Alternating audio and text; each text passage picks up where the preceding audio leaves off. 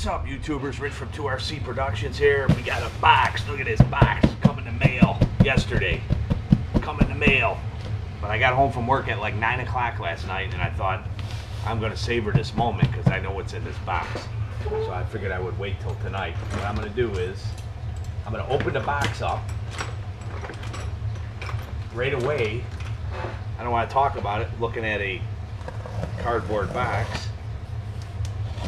And some of you might know what this is, people that follow me. Gonna pop this baby open and get down to business. Oh, look at all these peanuts in here. This is gonna be a mess. Oh boy. I should have known, because when I watched my buddies open this, a couple of our buddies just got one of these, and we had the same problem. So I'm going to break away for a minute and get rid of all the peanuts, and I'll be back. Alright, we're back. We're back. And you see what we got here. It is the Mercedes-Benz Unimog 406 series new 906 wheelie machine Tamiya CW01 chassis. This kit was on Tamiya USA website. It was pointed out to me by my buddy Josh from Midlife RC. He bought 2 of these. Then Tony from CCX RC bought one. And I keep looking at these, and the price was unbelievable. It was $82, like $82.20, free shipping, no tax. That never happens. Even at Tower Hobbies, you can't get that kind of deal. Even if you get a kit at Tower Hobbies for 82 bucks, you're going to pay shipping if they don't have a special. If you got free shipping, you're still going to pay tax. So when you order from Tower or Horizon, you usually get your stuff in about 2 or 3 days. This took a little bit longer. This took a full week, which I'm not complaining because I had no problems. Ordered it online, showed up at the door, packed up nice with the packing peanuts like you see in the cardboard box. It's not damaged, still in the cellophane. So we've been talking a lot about Tamiya kits on Google Plus, and they are one of my all-time favorite brands, probably my favorite brand of any RC. It's not that they're the most advanced, it's not that, you know, they go the fastest, but there's something special about a box that comes with this little symbol on there. And when you grew up in the 80s like I did, and you walked into your local hobby shop and you saw all these kits stacked up on the wall with all the box art and the pictures, and you just wanted all of them. You just wanted all of them, all the kits. And I personally wasn't a fan of this body, the Unimog. I'm an American car guy, you know. I like muscle cars and stuff like that. I like the old Fords, the Dodges, you know. And I wasn't that excited about this body until I started doing a little research into this Unimog, and it's actually a pretty cool vehicle. You know, Mercedes built these full-time four-wheel drive, and they used them anywhere from military applications to farming. They were extremely good off-road because of the full-time four-wheel drive. They had a real flexible frame and a lot of suspension articulation. They didn't have a real heavy payload because of the frame itself wasn't real strong and it was flexible, but they could get through a lot of terrain. They didn't have a lot of horsepower. They had small engines, not a ton of horsepower, but they were torquey, and they served the purpose and did what they needed to do, and they were great workhorses. And they came in different colors, you know, the orange to green, a lot of these kind of oddball pale colors, and they had different color wheels. I saw some with like blue body with red wheels or just black wheels, and the more I got into looking at them, I thought this thing's actually pretty cool. And I wasn't familiar with it because I'm not from Germany, you know, and obviously it's a German company, Mercedes, and that's where they were huge. But when I actually looked them up at how many years these things over a time span, this was a really popular truck. So I was thinking about getting rid of this body and getting like a Midnight Pumpkin body, but I am actually going to keep this body, and I'm going to do this body up nice, and I have plans for it already. So anyway, I have to finish up the stretch box. I'm right near the end. I got, you know, one more part, maybe a video to film for the stretch box. We're right near the end. I'm almost ready to ship this thing to Josh from Midlife. You guys know that, follow me. I've been working on it for a long time, so I am definitely going to finish that before I do anything with this. Christmas is in a couple weeks. There's definitely going to be some more RC's coming to the 2RC production studio after Christmas. But if I don't build this right away, it'll go on the shelf for a little bit.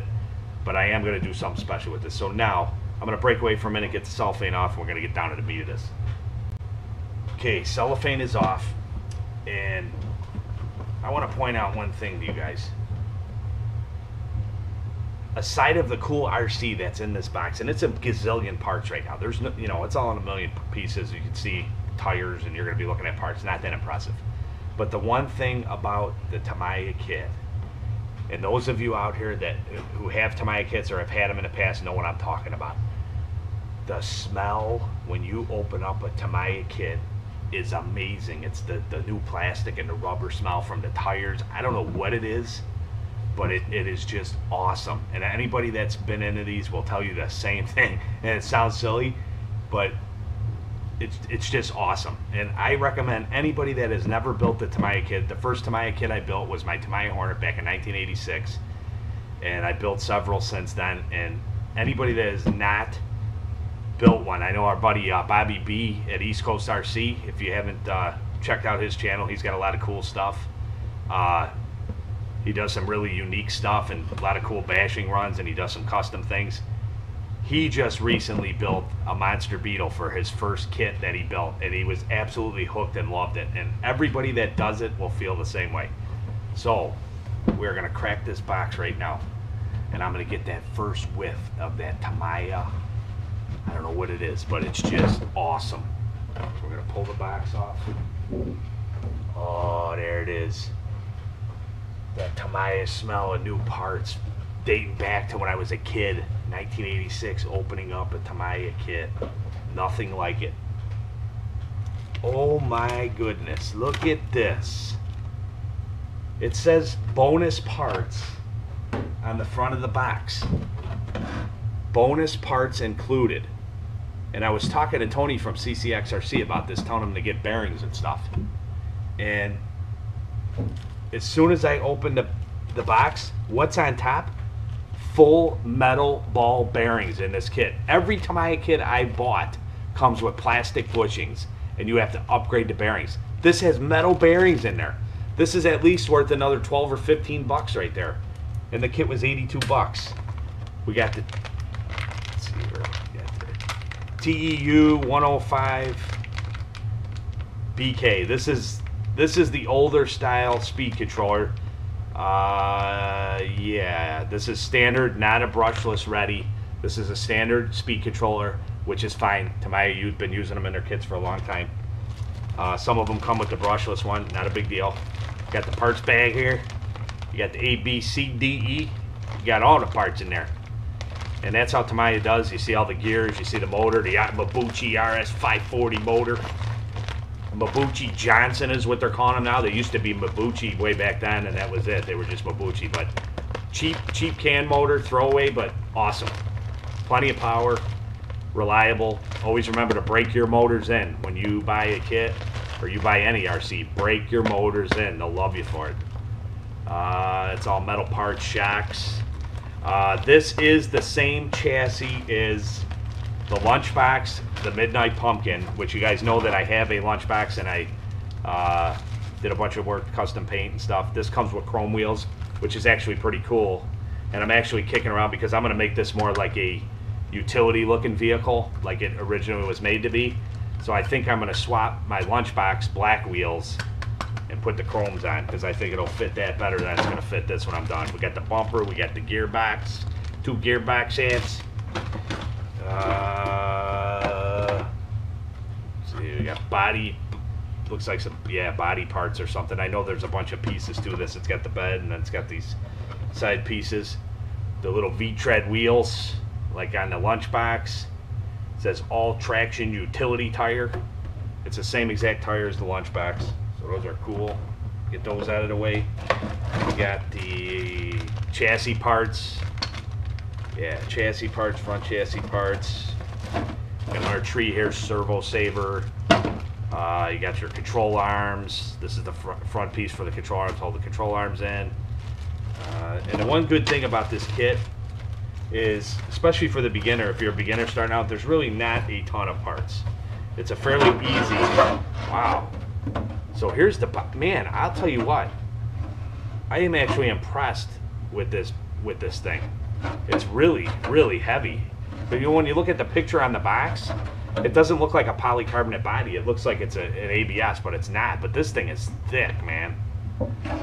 And it actually looks really cool. It's got a lot of detail, and you can put LEDs in it, which I'm gonna. And like I say, I'm gonna kind of aside of this thing being on a monster truck platform, I'm gonna try to make this look like the Unimog did back in the day. So got the grill parts, body post. Here's the old lunchbox chassis, which is the same in here. I got some more plastic parts here. I'm not sure what those are for offhand. Got the chrome parts, the grill. Okay, one thing I want to point out to you guys that are not familiar with Tamiya kits. Oh, look, they give you the old antenna tube like we're running the old school 27 megahertz radio. You got to have the antenna. Obviously, with the new controllers, if you're running a 2.4 gigahertz, you do not need that. We got the decal sheets. They got a lot of decals. That's pretty cool. Taillights and a lot of Tamiya stuff and CR01. I don't know why they have CR01 chassis, because this isn't a CR01. Huh. That's interesting. That's very interesting, because they're showing you decals from a CR01. The CR01 is the crawler. This is not the CR01. This is the CW01 because it's the wheelie machine. They have CR01 stickers in there. That's kind of interesting. And here's the old instruction manual. Mercedes Unimog wheelie machine. And those of you who have built Tamiya kits know that their instruction manuals are awesome. I mean, everything is spelled out for you. All the sizes are actual size. If you have a fastener, you put your screw right up on the fastener to give you the exact size. Very clear instructions, step by step.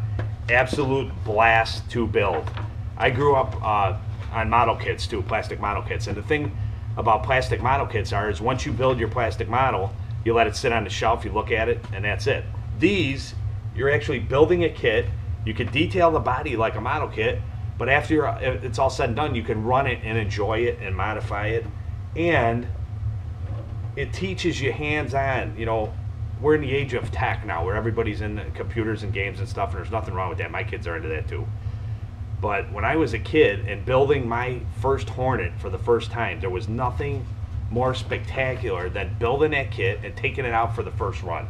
And I've talked about this before. Nothing better. That was probably, one of the top moments of my childhood playing with toys was building that kit and taking it out for the first time and having everything work, and it was just amazing. So I am excited about this kit, especially because I already know how it runs, because I have the lunchbox, and the lunchbox is awesome.